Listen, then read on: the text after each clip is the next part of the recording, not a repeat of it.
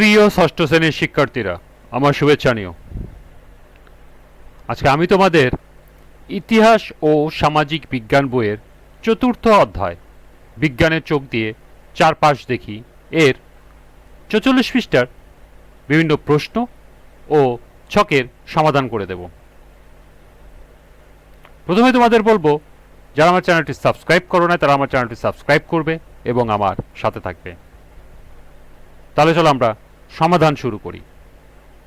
৪৪ পৃষ্ঠার প্রথম প্রশ্ন আছে, আমি কি কি কাজ করেছি। ২ নম্বর, আমার এই কাজটি করতে কেমন লেগেছে। ৩ নম্বর, কোনো সমস্যার সম্মুখীন হয়েছিলাম কি, কিভাবে তার সমাধান করেছিলাম। এখানে একটা ছক দেওয়া আছে, সমস্যার সম্মুখীন হয়েছিলাম, যেভাবে সমাধান করেছি বা করার চেষ্টা করেছি, ভবিষ্যতে করণীয়। সর্বশেষ প্রশ্ন, আরও কিছু প্রশ্ন তুমি নিজে যোগ করতে পারো যা তোমার কাজটিকে বিশ্লেষণে সাহায্য করবে বলে তুমি মনে করো। তো চলো এখন আমরা এই 4টি প্রশ্নের সমাধান দেখে নিই।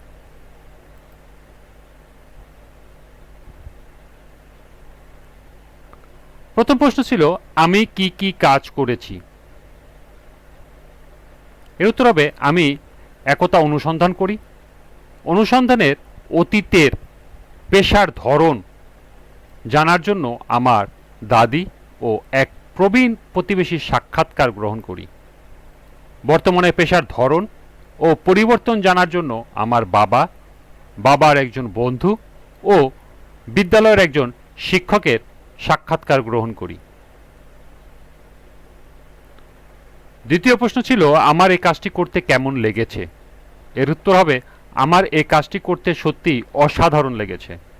অনুসন্ধানের কাজে এতটাই মগ্ন ছিলাম যে অনুসন্ধানের সময় কিভাবে অতিবাহিত হলো তা টেরই পাইনি। আমি এই কাজটি সত্যি উপভোগ করেছি। তৃতীয় প্রশ্ন ছিল, কোনো সমস্যার সম্মুখীন হয়েছিলাম কি, কিভাবে তার সমাধান করেছিলাম। এর উত্তর হবে, হ্যাঁ, কিছু সমস্যার সম্মুখীন হয়েছিলাম। সংশ্লিষ্ট সবার সাথে কথা বলে তার সমাধান করেছিলাম। নিম্নে তা উপস্থাপন করা হলো।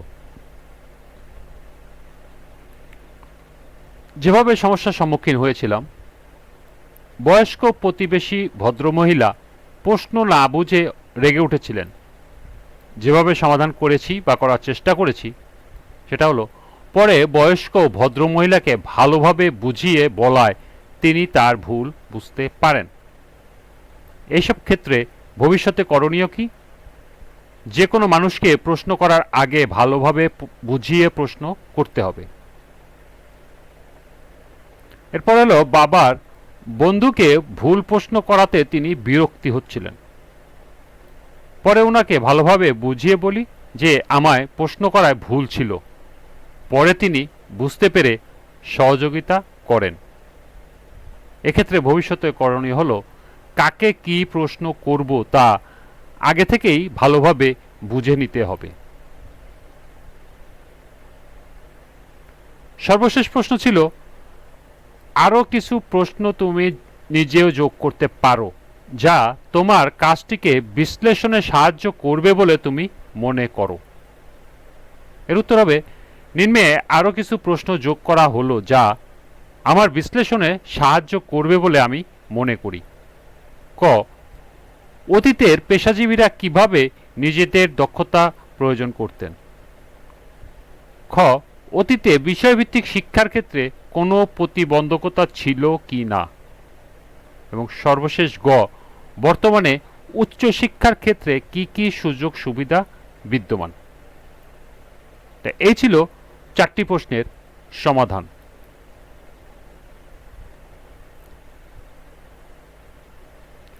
এরপর আছে তথ্য সংগ্রহের কিছু পদ্ধতি ও উপকরণ। এখানে একটি নমুনা দেওয়া আছে, যেমন তোমার শ্রেণীকক্ষের জিনিসপত্র কি কি আছে তার একটা তালিকা এখানে দেওয়া আছে। এগুলো যদি থাকে তাহলে টিক চিহ্ন দেবে, আর যদি না থাকে তাহলে ক্রস চিহ্ন দেবে। আর কোনো মন্তব্য থাকলে মন্তব্যের ঘরে লিখে দেবে। যেমন এখানে দেওয়া আছে দরজা আছে, জানালা নেই। যদি তোমার শ্রেণীকক্ষে জানালা থাকে তাহলে টিক চিহ্ন দেবে। শিক্ষকের টেবিল আছে, শিক্ষকের চেয়ার আছে, বোর্ড আছে, গ্লোব নেই। তোমার স্কুলে যদি বা তোমার শ্রেণীকক্ষে যদি গ্লোব থাকে তাহলে তুমি টিক চিহ্ন দেবে। শিক্ষার্থীর টেবিল আছে, মন্তব্য করে লেখা আছে পর্যাপ্ত নয়।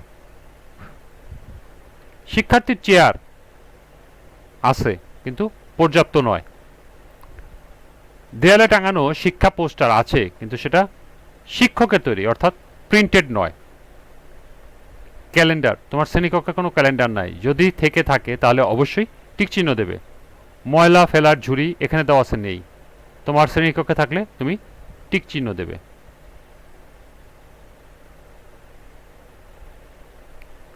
এরপর একটা ছক আছে, দেখো আমরা কি গবেষক? চলো দেখি আমরা বৈজ্ঞানিক পদ্ধতির ধাপগুলো অনুসরণ করে অনুসন্ধান চালিয়েছি কিনা।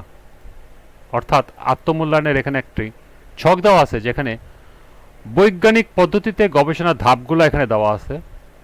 এটা যদি উত্তর হ্যাঁ হয় হ্যাঁ দিতে হবে, না হলে না দিতে হবে। তো চলো এখন আমরা এই ছকটির সমাধানটি দেখে নিই।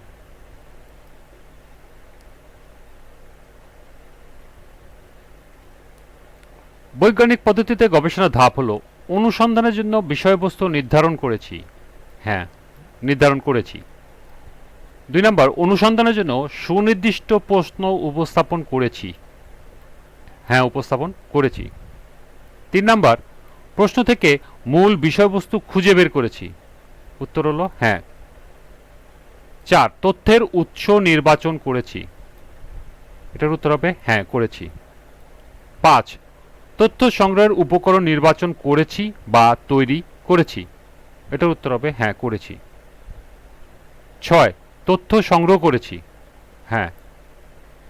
7, তথ্য বিশ্লেষণ করেছি। হ্যাঁ, বিশ্লেষণ করেছি। এবং সর্বশেষ 8 হলো সিদ্ধান্ত গ্রহণ করেছি। এটার উত্তর হবে হ্যাঁ, সিদ্ধান্ত গ্রহণ করেছি। তাহলে এই ছিল আত্মমূল্যায়ন ছকের সমাধান। এরপরে এগুলো তোমরা বাসায় রিডিং পড়ে নিও। এখানে আছে সহপাঠীর মূল্যায়নের রুবিক্স। এটা তোমার সহপাঠীর নাম লিখে এইটা সমাধান করে নেবে। এখানে সবকিছু দেওয়া আছে, এটা তোমরা বাসায় ভালো করে পড়ে নিও। এরই সাথে চতুর্থ অধ্যায়ের সমাপ্তি। আমরা পরবর্তী ক্লাসে পঞ্চম অধ্যায় বাংলা অঞ্চলের ইতিহাসের ভূপ্রকৃতির প্রভাব থেকে বিভিন্ন ছক ও প্রশ্নের সমাধান করে দেব। সবাইকে আবারও বলছি, যারা আমার চ্যানেলটি সাবস্ক্রাইব করো নাই তারা আমার চ্যানেলটি সাবস্ক্রাইব করবে এবং আমার সাথে থাকবে। সবাইকে আবারও শুভেচ্ছা জানিয়ে আজকের মতো এখানেই বিদায় নিচ্ছি।